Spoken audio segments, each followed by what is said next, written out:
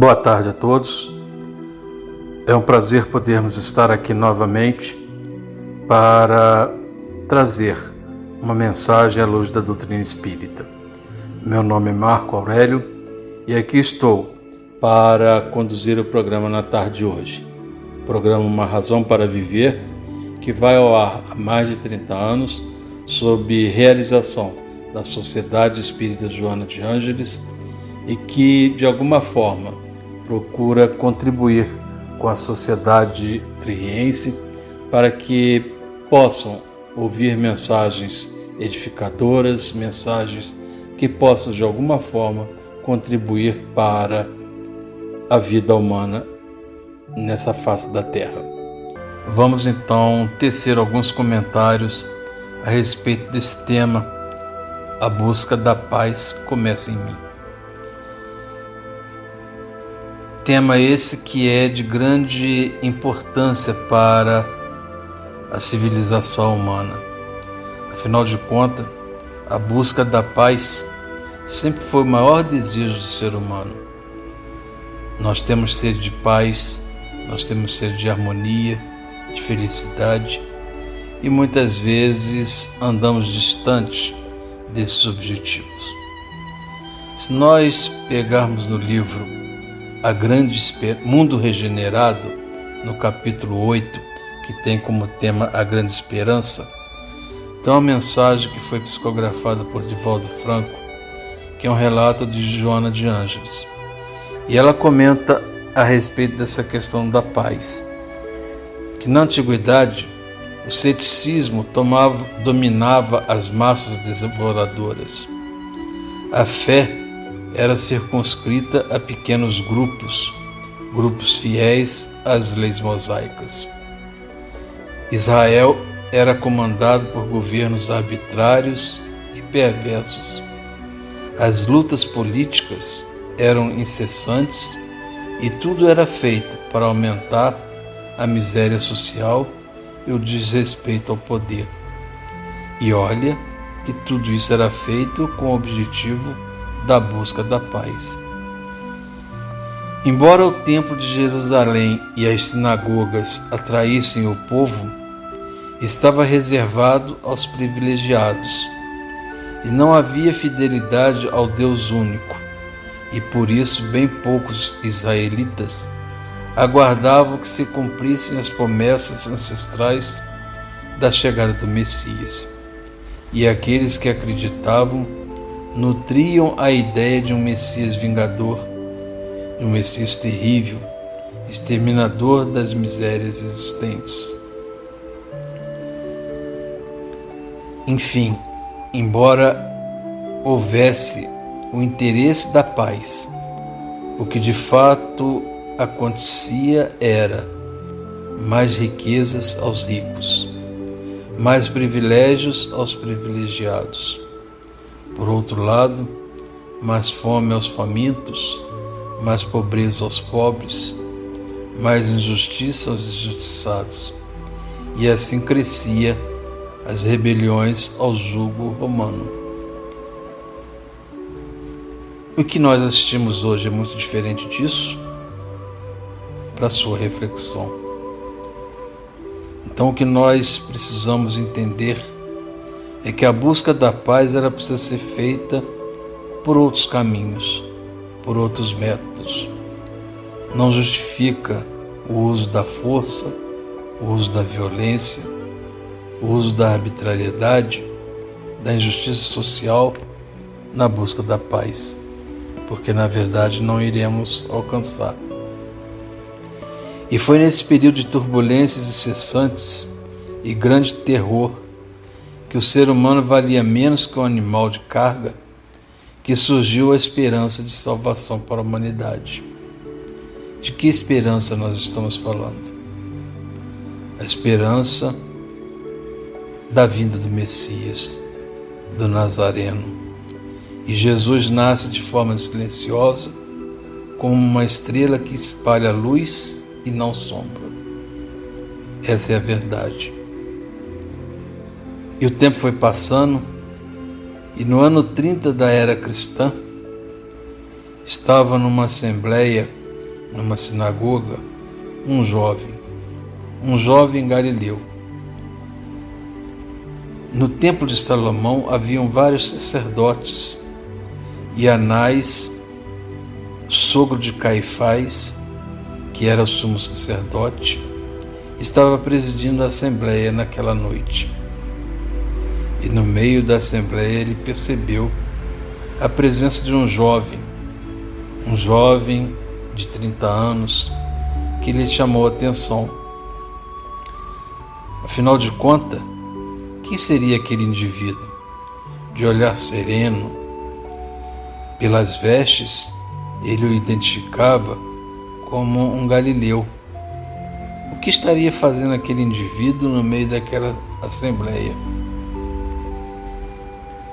E aí, terminada a assembleia, Anás vai conversar com esse jovem e pergunta a ele: que fazes em Jerusalém? E o jovem lhe responde: aqui estou para fundar o reino de Deus. No que Anás dá uma gargalhada e se sente profundamente ofendido.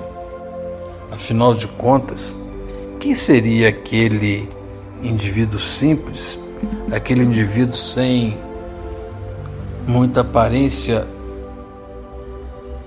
pessoal, que estaria disposto a fundar o reino de Deus? E aí ele pergunta de novo: o que você entende por reino de Deus? E o jovem lhe responde: o reino de Deus é a obra divina no coração do homem. E quanto mais o tempo passava, quanto mais pergunta fazia, mais incomodado Anás ficava com as respostas equilibradas, com as respostas harmônicas que aquele indivíduo apresentava. E ele ficava imaginando como é que ele poderia fazer aquilo, como é que audácia de um indivíduo.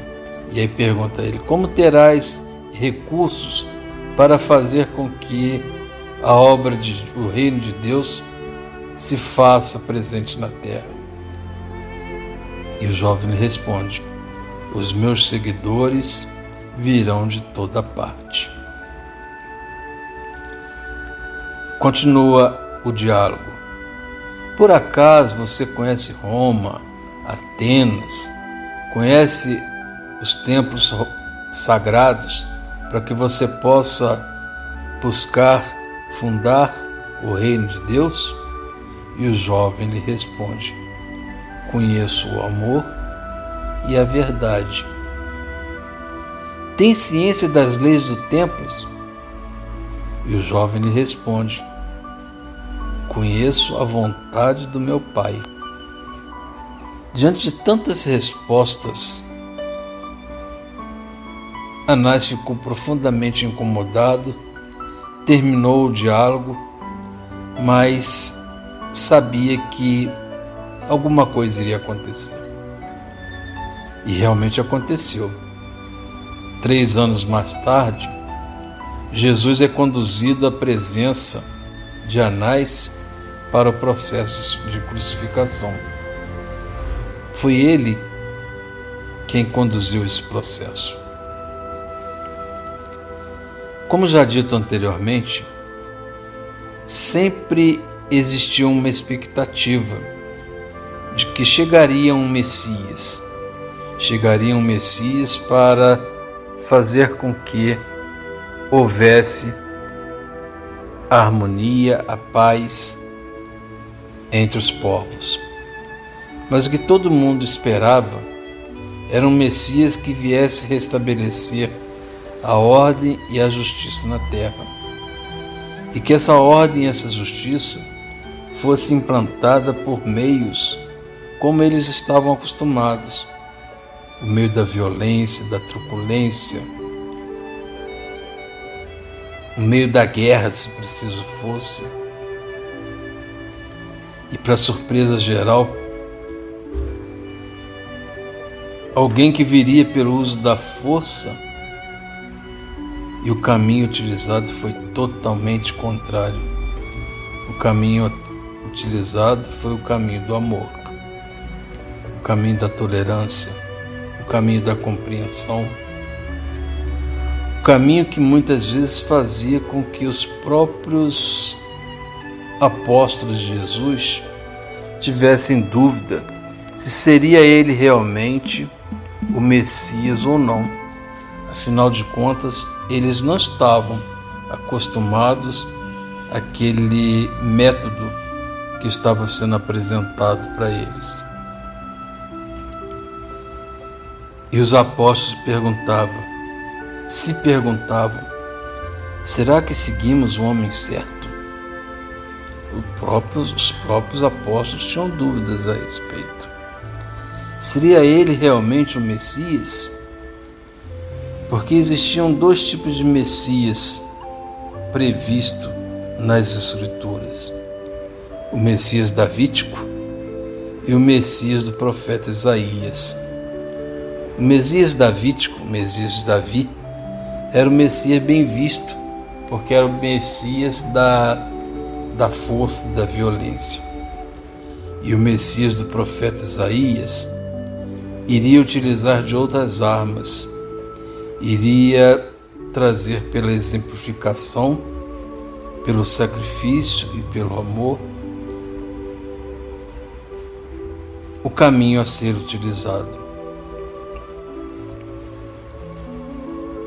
Tudo isso aconteceu ao longo do tempo. É bom que se diga que essas profecias messiânicas de Isaías são versículos que preveem a vinda do Messias, um Messias que se espera ser um Salvador e um líder ordenado por Deus. Essas profecias frequentemente descreviam as características, a linhagem, a missão e o impacto da chegada do Messias. São consideradas por estudiosos e crentes cristãos como a previsão da vinda de Jesus Cristo, seu ministério, sua morte e seu reinado. E tudo isso foi escrito pelo profeta Isaías no Antigo Testamento, cerca de 500, 600 anos antes da vinda do Cristo. E o cumprimento dessas profecias na pessoa de Jesus Cristo é uma pedra angular da doutrina cristã. É através desses textos antigos que os crentes veem a consistência e a fidelidade da palavra de Deus. Cada profecia cumprida reforça a crença na inspiração divina. Ou seja, as profecias messiânicas são mais do que curiosidades. Elas são vitais para entender a missão e a identidade de Jesus Cristo e todo o propósito divino da sua vinda ao planeta Terra. Não à toa, Jesus nos deixa algumas mensagens importantes, como por exemplo, deixo a paz a vocês, a minha paz dou a vocês, não a dou como o mundo a dá, não se perturbe o seu coração, nem tenham medo. Passagem que está em João, capítulo 14, versículo 27.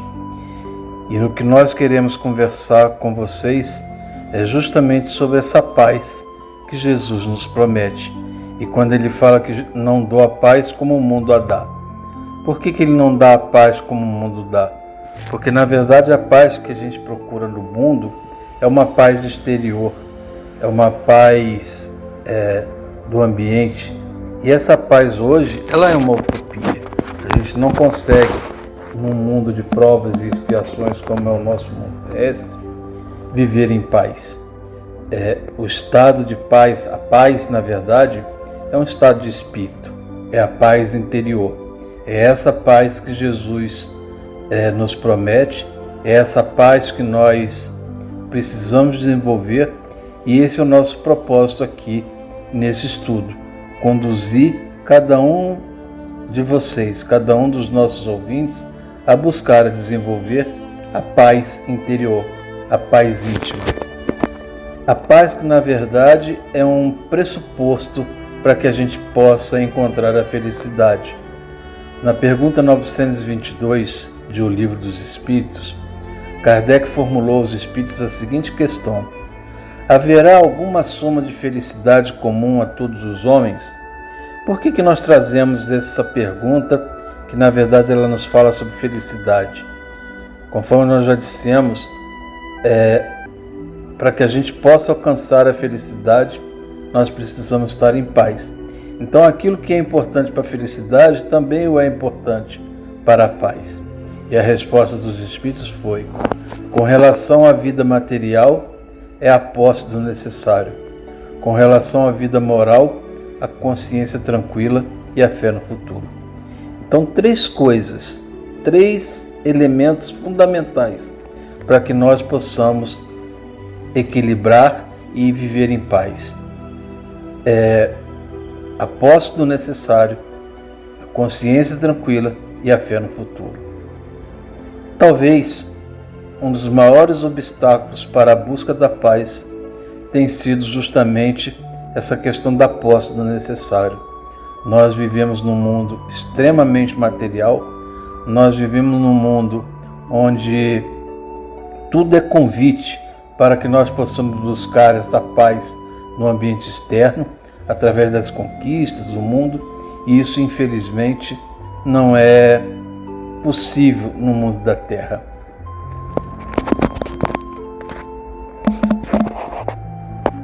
A paz que é possível, ela precisa ser construída. Como nos diz Jesus na parábola da semente da mostarda, diz que o reinado de Deus há de começar no íntimo de cada um de nós, e que ela é semelhante a um grão de mostarda. O que é o grão de mostarda? É a menor semente que existe. Entretanto, essa semente, quando jogada ao solo, ela frutificará, ela germinará e ela produzirá frutos. Por falar em semente, é importante aqui que nós lembremos-nos da parábola do semeador. A parábola do semeador nos fala sobre 4 tipos de solo. Aquele solo esturricado, um solo formado por pedregulho, um solo cheio de espinhos e a terra fértil. E o que nos fala a parábola do semeador? Quando o semeador vem e joga as sementes ao longo do caminho, e se aquela terra está infértil, se aquela terra está esturricada, os pássaros vêm e comem aquela semente, ou seja, não haverá germinação. Um outro tipo de solo é o solo com pedregulho, é aquele que a semente é jogada, mas ela não tem uma raiz profunda. Rapidamente brota, mas ao primeiro sol que vier, aquela plantação é queimada. A semente que é jogada no meio dos espinhos, ela nasce, mas os espinhos abafam. E a semente que é jogada em terra fértil, e aí poderá germinar, e fala lá na parábola, 10:1, 20:1, 100:1. Se nós pegarmos e fizermos uma comparação dessa parábola da semente com as nossas vidas, nós poderíamos dizer o seguinte: a semente que cai no caminho dessa terra esturricada são aquelas pessoas que ainda estão muito agarradas, longe, distante das mensagens cristãs. São as pessoas que estão imbuídas aí do sentimento do mal, do ódio. São pessoas que não têm eco. A palavra de Jesus entra, mas não encontra caminho. A semente jogada em pedra seria semelhante àquelas pessoas que, quando se afastam da palavra de Deus, depois encontram e aí ficam empolgadas, elas acham que tudo vai se resolver, chega até muitas vezes beirar a coisa do fanatismo, mas rapidamente, porque muitas vezes aquilo que elas desejam não é alcançado, elas acabam deixando a palavra do Deus de fora. A terra fértil são aqueles que estão prontos para receber, uns mais, outros menos, mas cada um. E aí a pergunta que nós fazemos é o seguinte: que tipo de solo estamos sendo nós? Estamos sendo solo fértil? Esse é o grande objetivo, para que nós possamos realmente deixar com que a palavra do Cristo possa chegar e encontrar morada em nossos corações. Queremos mais uma vez lembrar que esse programa vai ao ar sob realização da Sociedade Espírita Joana de Ângeles, que fica ali na Vila Isabel, na Travessa Paulino Tavares, número 6, ao lado do Residencial Vila Nova, ali pertinho do Residencial do Sola. As nossas reuniões públicas acontecem todas as segundas e quintas, a partir das 20 horas. Se você quer conhecer um pouco mais sobre a doutrina espírita, venha nos visitar. Venha conhecer as atividades da Sociedade Espírita Joana de Ângeles. Temos atividade aos domingos, com evangelização de crianças, temos cursos, temos enxoval de bebê, temos uma atividade que nós chamamos de atendimento fraterno, que é uma conversa que pode ajudar a orientar as pessoas, tudo feito à luz da doutrina espírita. Será um prazer recebê-lo. Se você achar que a Vila Isabel é contramão para você, temos outras opções na cidade de Três Rios. Aqui no centro da cidade, o Grupo Espírita Fé e Esperança, o Grupo Espírita o Irmão Rogério Cláudio, ali perto da rodoviária nova, o Francisco de Assis. O que não falta são casas espíritas para poder recebê-los. Ali perto do Corpo de Bombeiro, nós temos o Laura Cabral. Enfim, sempre terá uma casa espírita aí perto de você. Dando continuidade então ao nosso bate-papo da tarde de hoje, nós queremos trazer aqui um fato que pode nos servir como inspiração, um fato bíblico, que é a questão da transformação que aconteceu com um indivíduo chamado Saulo de Tarso. Saulo de Tarso era o ano de 35 da era cristã, e Saulo era aquele indivíduo preparado, era um cidadão romano, era um indivíduo de posse, família abastada, foi um indivíduo formado para a vida religiosa, tinha Gamaliel como seu grande mestre, enfim, um indivíduo preparado para a vida em sociedade. E Saulo tinha como seu grande objetivo, o seu maior desejo, aquilo que estava dentro do seu íntimo como propósito de vida. O maior desejo de Saulo era difundir pelo mundo o reino de Deus. E dizia ele: meu maior ideal é dobrar os joelhos de gregos e romanos à lei de Moisés, difundir o reino de Deus utilizando todos os recursos possíveis e imagináveis, até a violência se necessária. Esse é um relato que está numa obra espírita chamada Paulo e Estevão, que foi psicografado por Chico Xavier e ditado pelo Espírito de Emmanuel. Uma obra maravilhosa que conta justamente essa transformação ocorrida na vida de Saulo, que depois virou Paulo. E então Saulo começa a buscar de forma equivocada essa paz, pois ele mesmo não havia desenvolvido a paz no seu interior. E uma das coisas que a gente pode tirar aqui como grande ensinamento da busca da paz pelo Cristo é que ninguém vai conseguir implantar um reino de paz, implantar a paz, se ele não tiver essa paz íntima, essa paz interior. Então a paz começa em cada um de nós.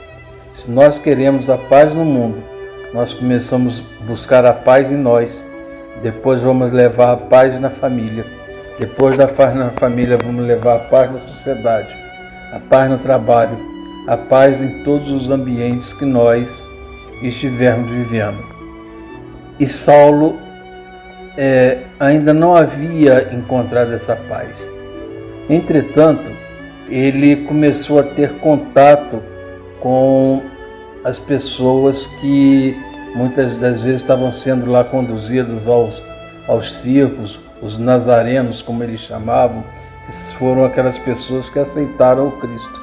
E Paulo ficava impressionado de observar como que aquelas pessoas que não tinham nada, como aquelas pessoas que eram, pode-se dizer, miseráveis, no conceito dele, andrajos, e como que aquelas pessoas tinham um olhar sereno, um olhar de paz, uma paz que ele mesmo ainda não havia conseguido conquistar. E isso o deixava bastante intrigado. Até que num determinado momento, Paulo ouve Estevão na casa do caminho. E Estevão era dessas criaturas que estava ali com essas características, esse olhar tranquilo, criaturas seguidoras do Cristo que demonstravam uma paz que ele realmente não sabia de onde vinha essa paz. E tudo isso o perturbava bastante. E aí, em perseguição a Estevão, Paulo manda apedrejá-lo. Mas ele não sabia de que Estevão, na verdade, era irmão de Abigail, sua noiva, que estava com ele. Isso causou grande transtorno na vida de Paulo. Ele levou a irmã para conversar com Estevão no leito de morte. E Estevão então diz a Abigail: Abigail, vejo no seu irmão, no seu noivo, um irmão que, se ele defende tanto Moisés da forma como defende, imagine quando ele conhecer Jesus. Ou seja, Estevão, naquele momento, utilizando o que nós comentamos há pouco sobre a parábola do semente, Estevão estava ali jogando a semente do bem, a semente que ficou incrustada no coração de Paulo, semente que mais tarde iria germinar de forma tal que aquele que foi o maior perseguidor dos cristãos passou a ser o maior divulgador. Como então aconteceu essa transformação de Paulo? Após a morte de Estevão, Abigail não resistiu, transformou-se em cristã e faleceu. Paulo ficou desesperado porque ele amava muito Abigail e quis saber quem que tinha convertido a noiva em cristã. E aí tomou conhecimento de que isso teria acontecido pelo velho Ananias. E aí Paulo então sai a cavalo junto com 2 dos seus soldados para perseguir Ananias.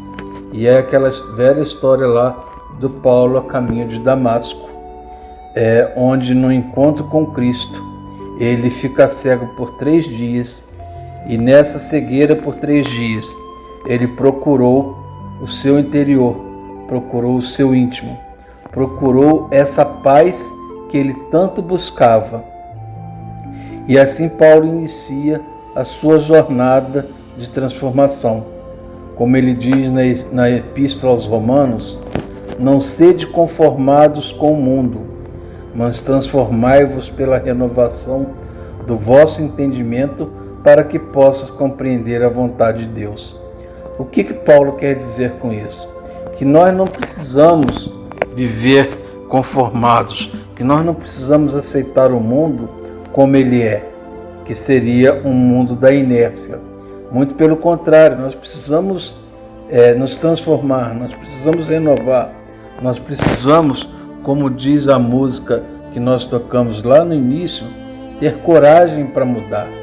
A coragem para mudar faz parte da busca da nossa paz interior, porque se nós não mudarmos, se nós não mudarmos o nosso jeito de ser, se se nós não procurarmos a implantação do amor, da paciência, da tolerância, da compreensão, se nós não procurarmos ser mais virtuosos e menos viciosos, nós não alcançaremos o reino de paz.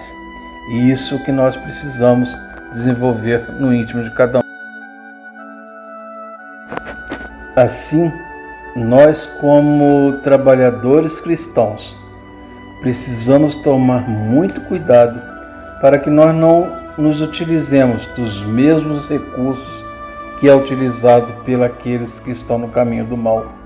Ou seja, atacar o mal como forma de nos defender. Isso aumenta a sombra. É necessário, fundamentalmente, acender a luz. Pode ser apenas a sua luz. A sua luz pode ser um grão de mostarda que no futuro gerará semente. E aí a pergunta é: quantos frutos há em uma semente? Se você às vezes joga só uma semente, pode ser que essa semente dê uma árvore e essa árvore vai dar vários frutos. Pense nisso. Pense na importância dos pequenos atos, na importância da parábola que Jesus nos fala sobre o grão de mostarda. Pensa sobre a questão do solo. Nós precisamos ter um solo fértil. O solo fértil é aquele solo que está pronto para ser plantado. É aquele solo que está pronto para receber a semente. É aquele solo que tem coragem para mudar. O mundo nos impele a olhar para fora, a nos desconectarmos de nós mesmos, e o ambiente externo não é propício ao cultivo da paz. Basta a gente olhar tudo aquilo que está acontecendo ao nosso redor. É violência para tudo quanto é lado. Se nós pegamos uma TV e abrimos o jornal, só tem notícia de tragédia, só tem notícia de coisa assim. Infelizmente, é isso que dá ibope, é isso que vende, é isso que a mídia expõe. Mas a gente sabe que o mundo não é assim. Se nós pensarmos, por exemplo, numa favela, quantas pessoas de bem, quantas pessoas boas existem morando numa favela? Com certeza muito mais do que os marginais. Entretanto, o que dá mais ibope são os marginais. Afinal de contas, o mal é barulhento e o bem é silencioso. Esta talvez seja uma das grandes responsabilidades de nós, daqueles que trabalham pelo bem. Eles trabalham de forma muito silenciosa. E a edificação do reino de paz na terra precisa da nossa transformação para o bem. A nossa transformação para o bem servirá de inspiração para outros. Então, uma coisa que nós precisamos implantar em nossas vidas: não ao ódio, não à violência, não à barbárie, sim ao amor, sim ao perdão, sim à paz. Assim nós implantaremos o reino de Deus na terra. Exemplificar. Exemplificar é o caminho. Em primeiro lugar, você precisa mudar o seu eu. Caso contrário, é uma ilusão, é hipocrisia. Acender a luz que ilumina dispensando longos discursos. Ou seja, você querer mudar o outro, não perca seu tempo. Concentre esforços na mudança em si mesmo. Concentre esforços para que você possa superar-se, para que você possa vencer a você mesmo. Esse é o nosso grande desafio da nossa existência, da nossa caminhada. Lembre-se, não fique esperando um mundo tranquilinho, sereno, calmo, para que você possa buscar a paz. Você só vai encontrar a paz no seu interior. Pode ser que o mundo esteja todo agitado do lado de fora, mas que você esteja em paz. Da mesma forma, pode ser que o mundo do lado de fora esteja totalmente em paz e você no seu interior esteja intranquilo. é importante você desenvolver esse ambiente de paz interno. Esse ambiente de paz que não é um ambiente parado, que não é aquele ambiente igual uma água tranquila e serena. Não é isso. Nós precisamos, nas nossas vidas, estar preparado para vencer as dificuldades, vencer as tempestades, vencer as aflições. Vejamos os exemplos que nos deixam pessoas como Chico Xavier, como Madre Teresa de Calcutá, como Irmã Dulce, como tantos mártires, Gandhi, ou seja, tantos que não tiveram uma vida tranquila, não tiveram um mundo sem dor, não tiveram um mundo sem doenças, sem aflições, mas que conseguiram viver em paz, justamente porque eles encontraram essa paz interna. E nós precisamos desenvolver emoções, desenvolver sentimentos vinculados ao amor. Só assim nós iremos conquistando, coração a coração, o ambiente de paz. E vamos ser os semeadores que vamos jogando semente, e a semente vai continuar caindo. Em algum momento ela vai frutificar. Jesus esteve aqui conosco há mais de 2000 anos atrás. Deixou muitas sementes. Nem todas elas germinaram até o momento atual. Ainda estão germinando nos nossos corações. E é assim que nós devemos fazer. Lembrar que Cristo nos deixou um legado. O legado da semente de mostarda que está germinando até hoje em nossos corações. Um dia haverá na terra o reino de Deus. Jesus, através do Sermão da Montanha, nos disse: bem-aventurados os mansos e pacíficos, porque eles herdarão a terra. Bem-aventurados os pacificadores, porque eles serão chamados filhos de Deus. Bem-aventurados os pacíficos. Então, o que Jesus, e se você for lá no Sermão da Montanha, você vai perceber que em primeiro plano ele fala sobre bem-aventurados os mansos, para posteriormente falar sobre bem-aventurados os pacificadores. O que Jesus quer nos mostrar? Que em primeiro lugar nós precisamos nos tornar manso e pacífico, para que somente após nós sermos mansos e pacíficos, nós podemos pensar em ser pacificador.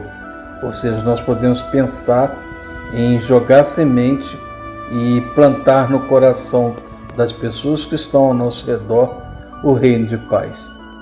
Como é que está o seu mundo interno? Você já está pronto? Você já está preparado? Se tiver, ou você é um felizardo. Pouquíssimos são aqueles que conseguem, no mundo atual, viver dentro desse estado de paz, que é o que nós tanto almejamos e tanto buscamos. Pense nisso. Pense na possibilidade de estar sempre buscando esse sentimento de paz. E nós vamos então caminhando para o final da nossa programação.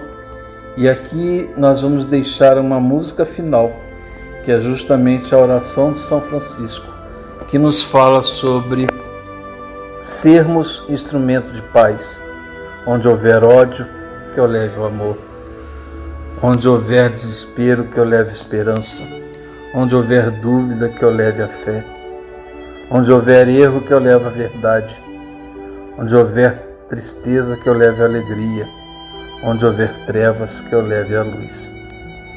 Que todos nós possamos nos transformar, para que nós possamos ser um instrumento de paz na vida das pessoas, para que nós possamos ser um instrumento de paz para nós mesmos, vivendo esse mundo turbulento como está, mas dentro do ambiente de paz. Muita paz para todos vocês, que Jesus nos abençoe e até a próxima. Uma boa tarde.